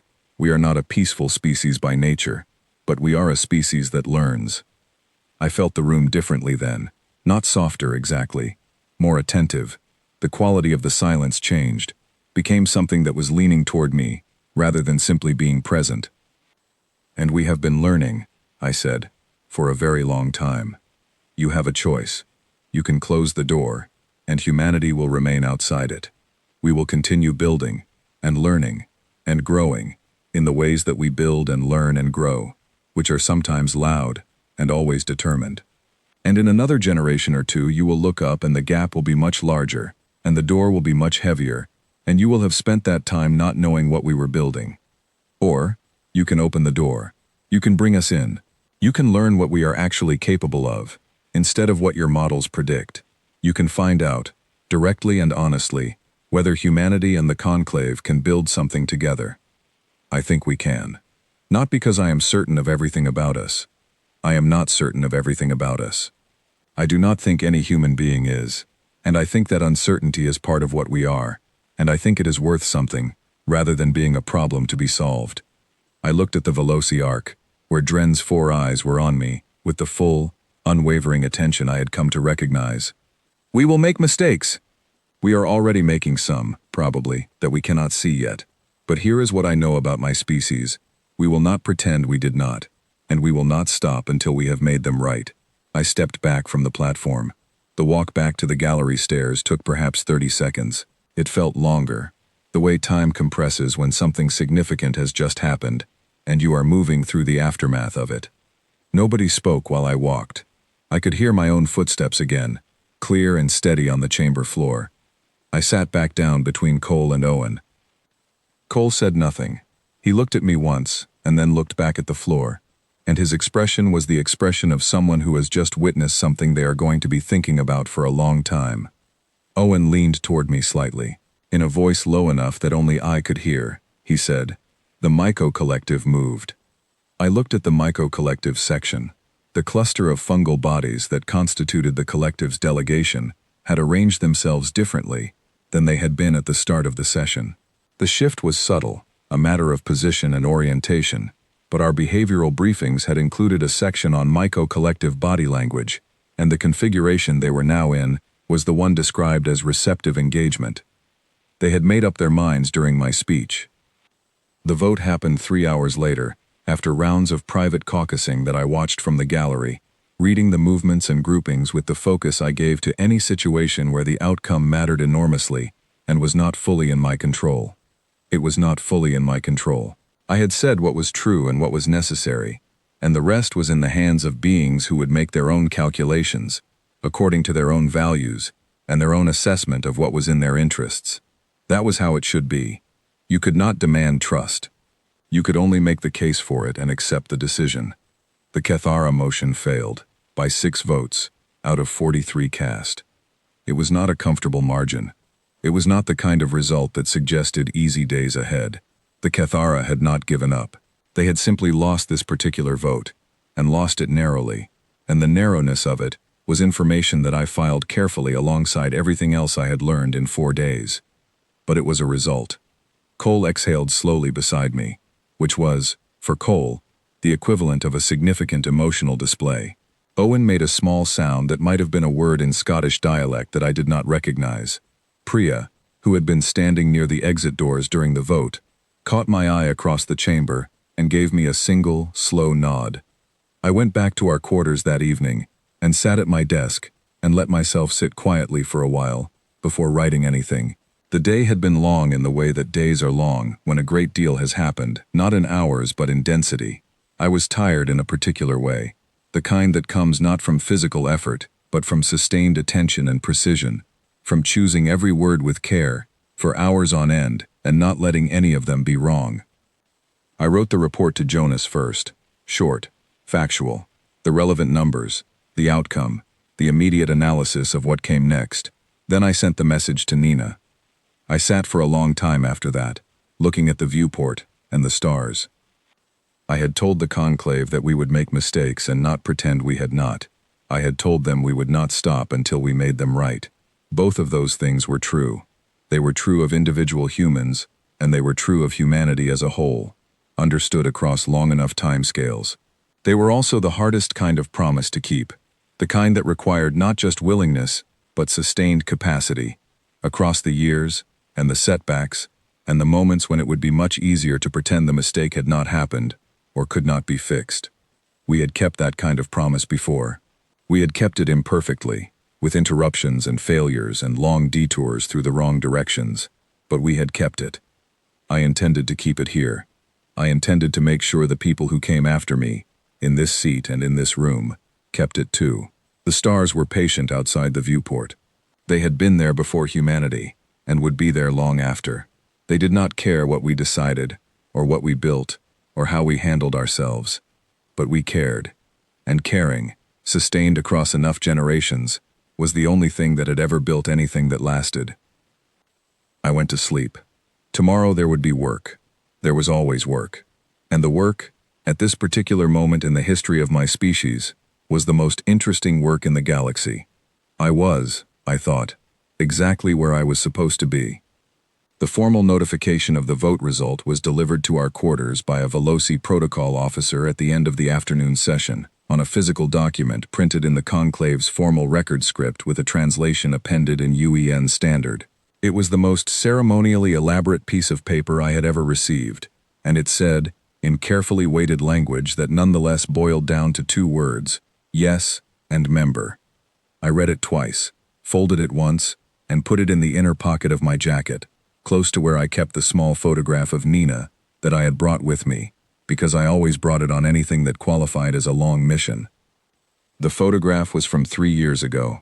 She was standing on the roof of my mother's house in Bogota, the one my grandmother had stood on, and looked at the stars from, her face turned upward with an expression I had not seen on her before that day. She was 13 in the picture, and she had heard that morning that I was going to be leading the diplomatic mission to the conclave when it launched, and I did not know at the time whether the expression on her face was pride or fear, or something more complicated than either. Looking at it now, in my quarters on a station orbiting a gas giant 14 light-years from that roof, I thought it was probably both. The most honest things usually were. Owen was the first person I told about the vote notification, because he was standing in the common room when I came back, and his expression told me he already knew the general shape of the news from the way I was walking. He said nothing for a moment. Then he said, "Right then," which from Owen was the equivalent of a celebration. I told the rest of the senior staff over dinner, which had become a ritual in the 2 weeks since our arrival, all 8 of us around the common room table, with whatever the station's food service had determined was compatible with our biology that day, and for the first time since we had arrived, the conversation was not strategic. It was the kind of conversation people have when something they have been working very hard toward has happened, and the weight of the working toward lifts for an hour, and what is left underneath is something lighter and more personal and genuinely human. Cole told a story about his grandmother, who had been born in a year when the first-generation ships were still theoretical proposals. Priya talked about her father, who had spent his career building deep space infrastructure, and had told her once that he built things he would never see finished, and was at peace with that. Owen said very little, but he looked around the table at the rest of us, with an expression that I did not need a behavioral briefing to read. We stayed at the table for 3 hours. It was the best 3 hours of the mission. Dren had cast his vote before dawn on the day of the floor debate. He had gone to the formal registration office while the station was still in its overnight cycle, with only the duty staff and the automated systems awake and working, and he had filed his vote in the way that Veloci senior diplomats filed formal votes, with a written statement of reasoning that became part of the permanent record of the conclave's deliberations and could be read by anyone who had archive access. His statement was 42 lines long. He had written it over 3 nights, revising it until he was satisfied that every word was doing exactly the work he needed it to do. He did not vote for humanity's inclusion because he thought it was safe.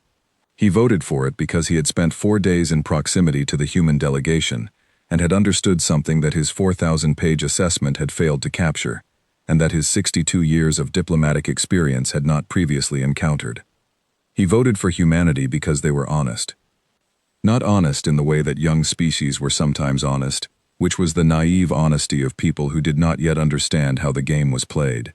Not honest in the way that the conclave's protocols encouraged honesty, which was the managed honesty of institutions that had learned to be truthful, within carefully maintained parameters. Honest in a way that was harder to explain but impossible to mistake once you had seen it. Commander Vasquez had told him that anger was not a tool. She had said it plainly, in a private room, with no audience, with nothing to gain from saying it except the fact of saying something true. He had spent 3 days thinking about those 5 words, and what they told him about the person who had said them, and what that person represented. The conclave had feared for years that humanity's instinct for conflict would translate into aggression when directed outward, that the species that had fought so extensively and so creatively among itself would carry those impulses into galactic space. The Kethera had argued this consistently. The models had supported it. Even Dren's own assessment had noted it as a primary risk factor. What none of them had considered was that conflict, across such a long and sustained history, taught its own lessons. Not just about how to fight, about when fighting was worth the cost and when it was not, about what actually needed to be protected and what could be released, about the difference between the kind of victory that solved something and the kind that only created the next problem. Humanity had fought so much for so long that they had a practical understanding of it that no amount of theory could replicate. They knew, in their bones, what worked and what did not, because they had tested every option at cost. And what they had arrived at, through all of that difficult and expensive education, was not a love of conflict, but a sophisticated respect for it. An understanding of it as a resource that was occasionally necessary and always expensive, to be used with judgment rather than impulse. Anger is not a tool, was the summary of 12,000 years of learning that lesson. He sat in his preparation chamber the morning after the vote and reviewed the reactions that had come in overnight. The Cathara had filed a formal objection, which was their right under conclave procedure, and which would require a response from the Veloci within 30 days. 3 other species had sent private messages to the Veloci delegation, ranging from cautious support to expressed concern. The Myco Collective, whose vote had been one of the 6 that decided the outcome, had sent a brief communication that said only, "Observation extended, assessment ongoing," which, from the Myco Collective, was enthusiasm. Dren sent private responses to each communication, carefully phrased, and then went to the small room off the main corridor, where he had met privately with Commander Vasquez 2 days before. She had left something there, at his request. A small data file, copied onto a physical storage chip, of the kind that could be read by Veloci systems, and that he had asked for because he wanted to have it in a form that required active choice to access, rather than something that arrived through channels and became part of the automatic record. The file contained the incident report, the full one, the version that Vasquez had sent to Fleet Admiral Okafor, which she had given him voluntarily and completely, without being asked for everything, and without redacting anything. He had read it twice the night it arrived, and had not been able to stop thinking about it since. The report described the atmospheric incident with the precision of a technical document, and the clarity of someone who had experienced it, and was writing for readers who needed to act on the information. It described what Lieutenant Nair had done, and how she had done it. It described the signature that had been left in the atmospheric control logs, and why, and what it was intended to communicate. What had stopped him, on first reading, was not the capability it demonstrated. He had already revised his expectations of human capability upward, considerably by that point.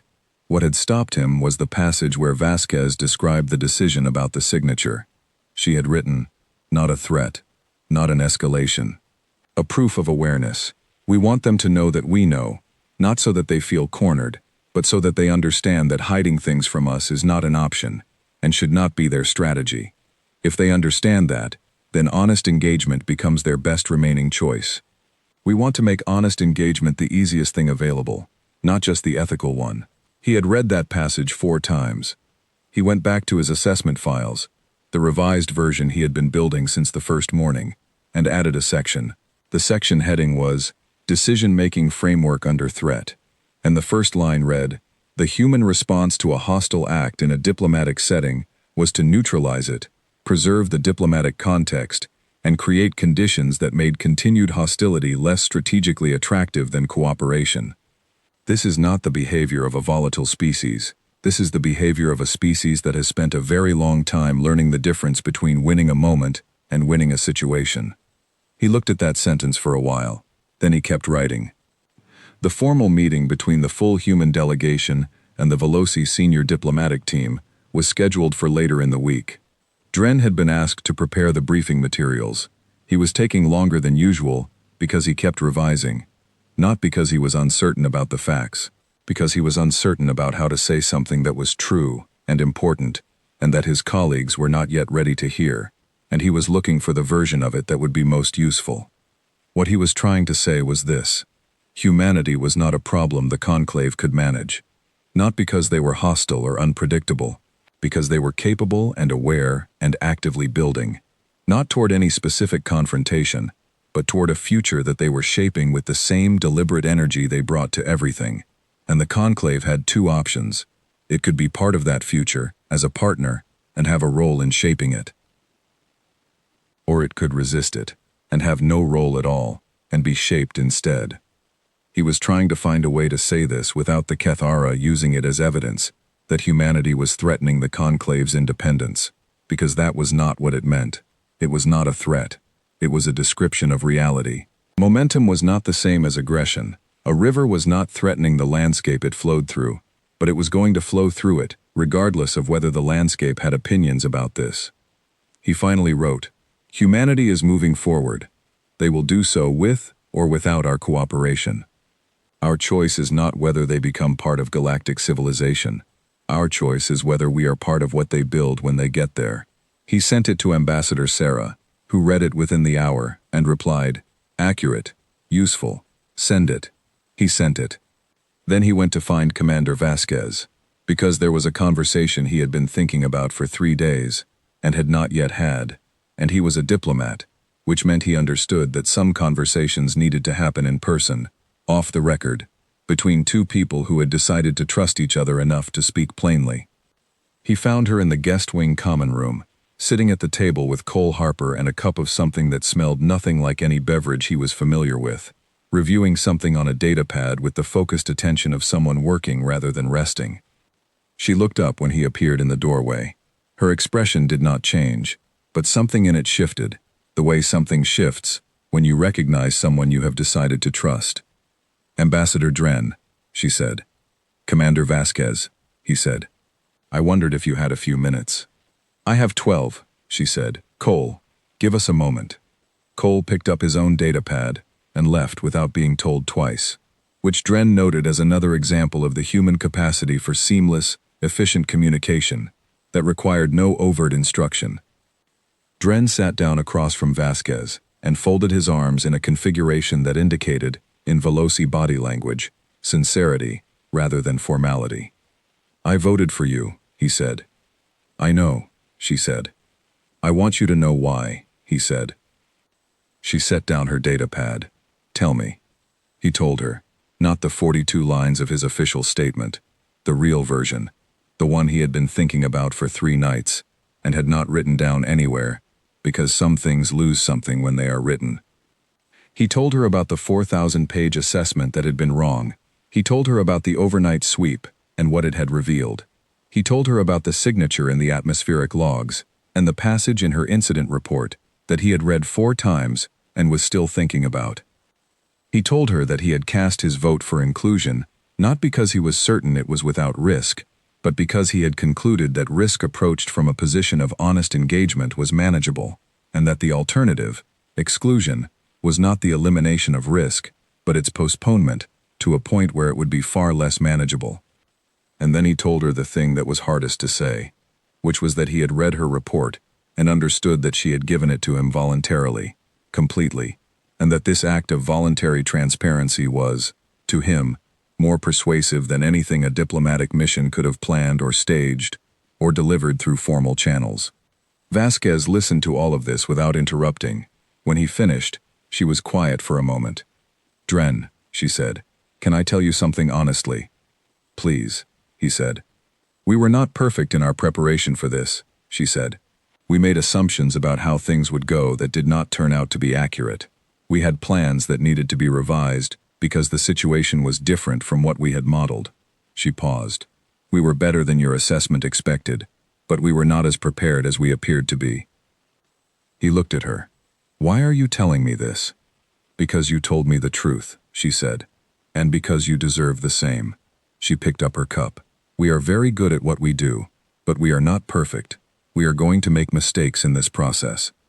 And I need you to know that, and to trust that we will handle them the same way we handled the night, which is to see them clearly, deal with them as efficiently as we can, and be honest with you about what happened." Dren sat with this for a moment. "That," he said slowly, "is not a reassurance most species offer." "I know," she said. "Most species offer certainty instead. I think certainty is generally a lie, so I prefer not to offer it." He looked at her for a long moment. "You are going to be very difficult to manage," he said, "in the best possible sense." She smiled. It was the same smile he had seen once before, in the corridor after the vote, the quiet one. "We are not looking to be managed," she said. "We are looking to be understood." "That," he said, "I think I can work with." He stood, refolded his arms in the formal leave-taking configuration, and went to the door. Then he paused. "Commander," he said, "what you said on the floor yesterday, about mistakes." He turned to look at her. "I have been in this service for 62 years, I have heard 10,000 diplomatic speeches. I have never heard one that included a voluntary acknowledgement of the speaker's own imperfection. Was it useful? She asked. It was, he said, because it was the only thing you said that no one could have planned or rehearsed. It was the only thing that sounded like the truth, rather than a version of it. She inclined her head. Then it was worth saying. He left her to her work. Walking back through the station's corridors toward the Veloci wing, he passed two Cathara officials, who looked at him with the specific expression of beings who knew he had voted against their motion and had not forgiven it yet. He nodded to them pleasantly and kept walking. He was 62 years old. He had seen a great many things. He had been surprised by very few of them. He thought this was going to be one of the most interesting periods of his career, and he was already looking forward to the conversation he would have with his colleagues in 50 years about how it had all turned out. He was optimistic. He had not been optimistic in quite this way in a long time, and it felt, he thought, like the beginning of something. He reviewed his correspondence from the previous 48 hours, which included responses from 7 different conclave delegations to the revised intelligence assessment he had distributed after the vote. 3 of the responses were from species he had expected to hear from. 4 were from species whose delegations he had not expected to engage with the assessment directly. One of those 4 was from the Thessan scientific delegation, which was not a voting member of the Conclave Council but maintained a permanent observer presence at the station. The Thessan response was 8 pages long and extremely detailed. It had clearly been written by someone who had read the assessment not once but several times, and who had generated their own parallel analysis and was now checking their conclusions against his. He spent 2 hours reading the Thessan response. When he finished, he was certain of 2 things. The first was that the Thessan scientific delegation had been watching humanity independently, through their own channels, for longer than Conclave intelligence had been doing so. The second was that they had reached conclusions that were in some ways ahead of where he was even now. The Thessan response included a section titled, in translation, The Learning Curve Problem, which described the difficulty of accurately assessing a species whose rate of change was significantly faster than the timescale of standard conclave intelligence cycles. The argument was that by the time any conventional assessment was completed, the species being assessed had moved to a different position than the assessment described. The only way to track a species with that rate of change accurately was to be in continuous contact with them rather than observational distance from them. It was, Dren recognized, an elegant argument for integration that did not use the word integration at any point. The Thessan delegate was, he concluded, someone he needed to meet. He wrote a response to the Thessan delegation, requesting a meeting at their earliest convenience, then wrote a private note to Ambassador Sarah, summarizing what he had found. Then he pulled up his revised assessment and added a new section, which he titled Rate of Change Assessment, and which drew directly on the Thessan analysis in ways he credited clearly in the footnotes. The section ended with a line that had been forming in his mind since he read the Thessan response. Any strategy toward humanity that does not account for the difference between who they are now and who they will be in 20 years is a strategy built on a map that has already been replaced. He looked at the sentence for a long moment. Then he saved the document and went to find something to eat, because it was late, and he had been working for 11 hours, and he had learned, in 62 years, that the mind that does not rest makes assessments that do not hold. There was time, there was work, there was more of both than he had anticipated when all of this began. He found, walking through the station's corridors toward the Veloci dining section, that he did not mind that at all. He found that he was looking forward to the days ahead, in a way he had not expected to. When the mission was first announced and the question of humanity's admission was first formally raised, he had expected the process to be difficult and draining. He had expected to spend these weeks managing the fears of colleagues and the expectations of leadership and the procedural demands of the conclave's formal protocols.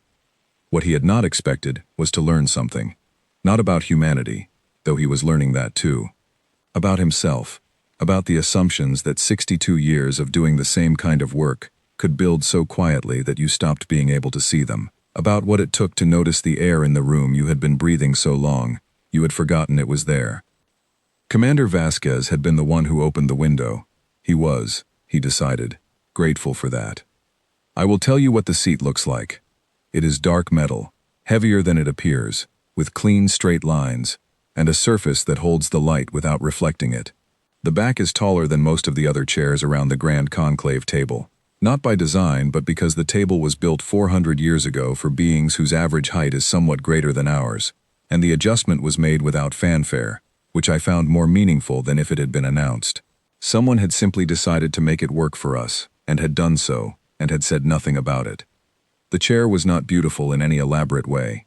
Our engineers, asked to engrave the UEN sigil on the backrest at Dren's request, had produced something clean and precise rather than decorated. A circle.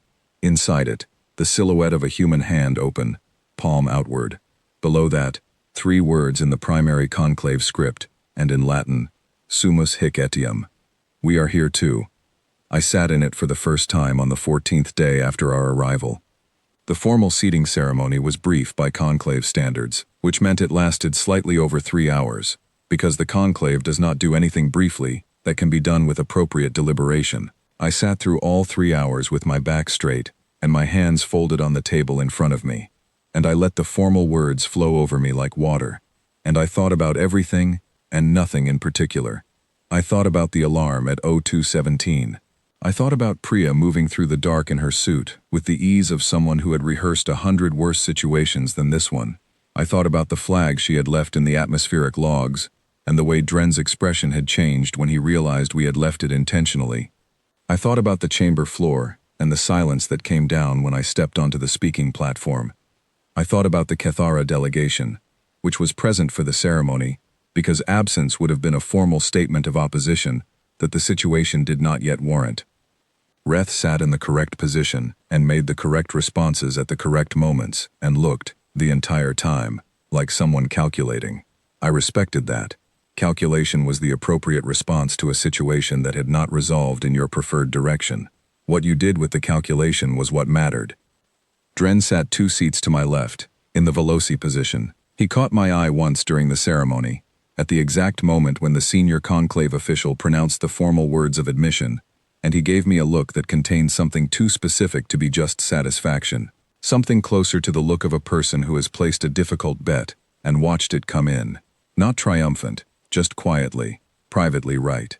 I gave him a small nod. It was enough. After the ceremony, there was a reception, extensive and carefully arranged in the way the conclave managed everything, with food and drink from a dozen different species traditions, presented with quiet efficiency by station staff who did this regularly, and had stopped being surprised by the variety of what they were serving. I stood with Cole and Owen and Priya at the edge of the reception and watched the room. The room watched us back, not hostilely, with the particular interest of people who have recently updated their understanding of something and are seeing it now with new eyes, which is a specific kind of looking that I have learned to recognize because I have been the cause of it enough times to know what it feels like to be on the other end. 3 beings approached us from different parts of the room within the first hour. Not Veloci, not Cathara. Species whose names I had learned in briefings and whose delegations I had observed across the floor during the debate. Each of them found a graceful reason to be near us, and each of them found a way to begin a conversation, and each conversation had a quality beneath the pleasantries that I recognized, because I had felt it myself at the beginning of many things. Curiosity. Genuine, open, wanting to understand curiosity. The first was a delegate from a species the conclave records called the Thessan, small beings with rapid, precise movements, and a manner of speaking that involved layered tones, the translation system rendered somewhat imperfectly. The Thessan delegate found her way to Owen, who was standing near the refreshment section, and began a conversation about engineering. I watched from across the room as Owen's expression shifted from polite attention to genuine engagement within about 3 minutes, which meant the Thessan delegate had said something technically interesting. The second was from the Areth people, who were beings of such physical delicacy that they moved through the room like light through water, and who had a reputation in the conclave records for an extremely direct communication style that most other species found abrasive. The Areth delegate walked directly to Priya, looked at her for a moment, and said something that the translation system rendered as, "You are the one who fixed the air and left the message. I want to understand why you left it instead of reporting it." Priya looked at the delegate for a moment, then she smiled, which was the smile she had when someone asked her exactly the right question. "Do you have 20 minutes?" she said. The Arith delegate said yes, and they went to stand in a corner of the reception room and talk for the rest of the evening, and I made a note to ask Priya later what had been said, because a species that asked the right question about the atmospheric incident was a species that understood something important about what had happened there. The third was from the Myco Collective, which surprised me, because the Myco Collective had a reputation for communicating through formal channels rather than informal encounter. But the cluster of bodies that approached Cole was clearly part of the collective, and the translated message they offered was simple and direct. Your people do not perform comfort. Most species do. We have been watching for 4 days, and we have not seen performance. This is unusual. We would like to understand it. Cole, to his enormous credit, handled this perfectly. I think it's because we've been in enough situations where performance gets people hurt, he said. You learn to stop after a while. The collective cluster was still for a moment. Then, yes. We understand that kind of learning.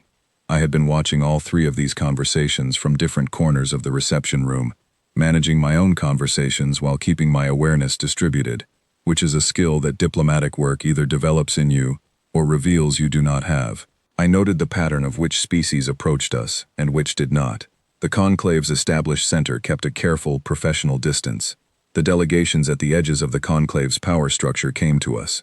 That was not an accident. It was information. Later that night, in my quarters, I wrote my report to Jonas, which was longer than my usual reports.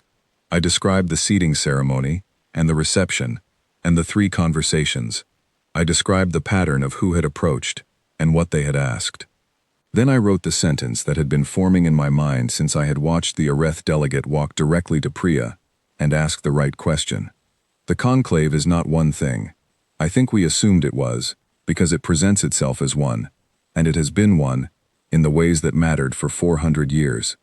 But beneath that it is many things, and some of them have been waiting, without knowing they were waiting, for something to change.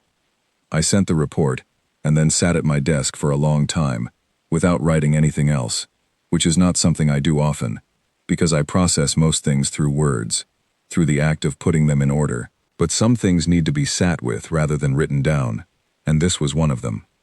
I thought about the last 14 days, the corridor we had not flown through, the monitoring array Priya had catalogued on the first evening, the atmospheric incident, and the flag in the logs, the speech on the chamber floor, and the quiet that came down when I stepped onto the platform, the 6 votes that had decided it. I thought about my grandmother, who had stood on her roof in Bogota and looked at the stars and believed something was looking back. She had been right. Something had been looking for 200 years, watching us, making notes, building assessments, deciding what we were. They had not understood what they were seeing, in the end. They had seen the difficulty and missed the determination underneath it. They had seen the conflict and missed the learning that the conflict produced. They had seen a young species not yet ready for the galaxy, and missed the fact that the galaxy was going to have to decide whether it was ready for us. We had not come asking for admission. We had come because we were here, and because being here meant we were already part of whatever came next, whether the conclave voted for it or not. The vote had not made us real. It had made the conclave's awareness of us official. There was a difference. The difference mattered. I wrote one last message before I slept. It was to Okafor, one line, addressed not just to him but to everyone working in the yards and on the ships, and at the relay stations, and in every corner of human space that was building toward whatever came next. Keep going. Not because anything was finished, not because the hard work was done, because the chair at the table was a beginning and not an end, and the galaxy was vast and old and full of species that had not yet decided what to make of us, and the Cathara were still calculating, and the conclave was still adjusting, and the 3 species that had walked up to my crew at a reception and started honest conversations were beginning something that would grow in directions none of us could fully predict. I thought about the 3 species that had approached my crew at the reception, the Thessan delegate finding Owen, the Areth delegate finding Priya, the Myco collective finding Cole. Each of those conversations had started because a species at the edge of the conclave's established power structure had looked at us and recognized something. Not kinship exactly, something more specific, the quality of beings who did not fit easily into the existing categories and had decided that was not their problem to solve. We were not the only ones who felt that the room had not been designed for us. We were just the newest addition to that particular group. And there was something in that recognition, something mutual and useful, that was worth paying attention to.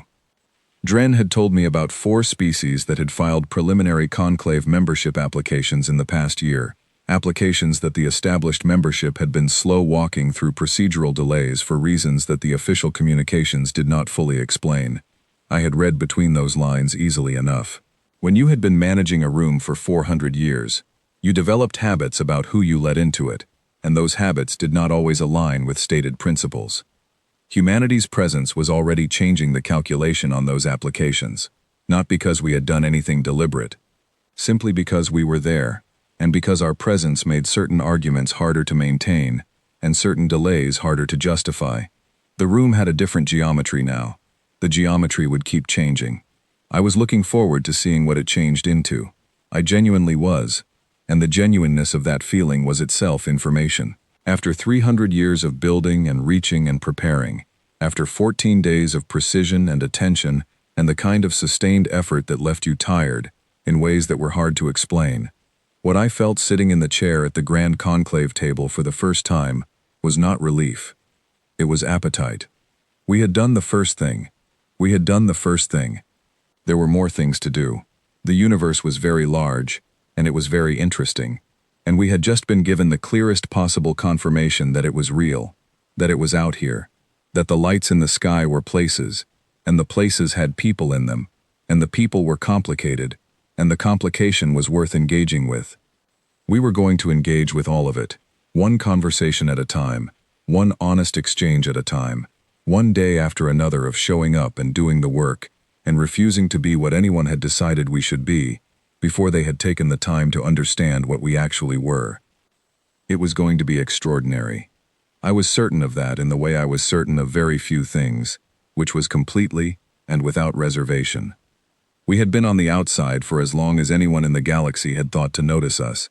We were on the inside now, and the inside was different from the outside in the way that being in a room is different from reading a description of it.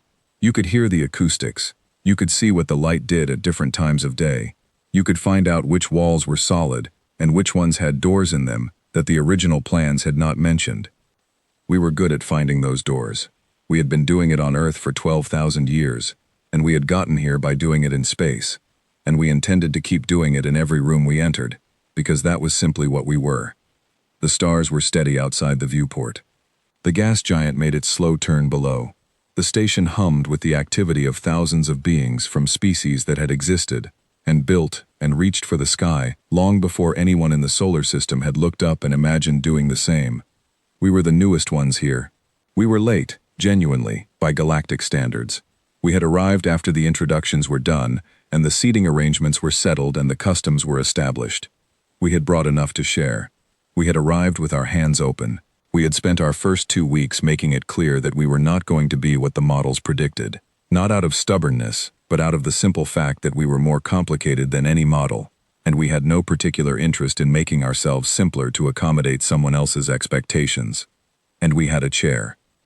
It was a dark metal chair at a very old table, and it was ours, and everything that came next was going to be built from that beginning, one conversation at a time, one honest exchange at a time, one day after another of showing up and doing the work, and refusing to be smaller than we were. I was ready for it. My crew was ready for it. The people building ships at Titan and Ceres and Proxima were ready for it. The generation growing up behind us, Nina's generation, who would inherit whatever we built here, was going to be ready, because they would have been shaped by what we demonstrated was possible. We were humanity. We were late to the party. We came prepared anyway, and we had enough left in us for everything that came next. The galaxy was just beginning to understand that. So were we. I thought about the fracture wars that Dren had described in his private briefing the day before the vote. 3,000 years ago, 2 species had nearly destroyed this arm of the galaxy, and the wound that left had shaped every decision the conclave had made since. 400 years of careful peace, built on the scar of something that had happened before any current member species had achieved spaceflight. The Kethara's fear made complete sense when you understood that scar. They had not invented their caution. They had inherited it from a history that had given everyone in this part of the galaxy extremely good reasons to be careful about what they let in. I could not dismiss that. I would not dismiss it. What I had tried to do on the chamber floor, and in every conversation since, was to make the case that the thing being kept out was not the thing the fear assumed it to be. Whether I had made that case successfully was not something I would know for years. History's verdict on moments like this one is always long delayed. You did the work now, and the assessment came later, and the only thing you could control was the quality of the work. I had done the best work I knew how to do. My crew had done the same. We had been exactly what we were, fully and without apology, and the galaxy had responded by giving us a chair at the table. What we did with the chair was the next question. It was also, I thought, the more interesting one. The answer, as it always was simply to keep going. The gas giant did not care. The stars did not care. The universe had no opinion on what we did with the chair, or the seat, or the centuries that stretched ahead of us. But we cared. And caring, extended across enough generations, was the only thing that had ever made anything that lasted. That was enough. That had always been enough. That was us.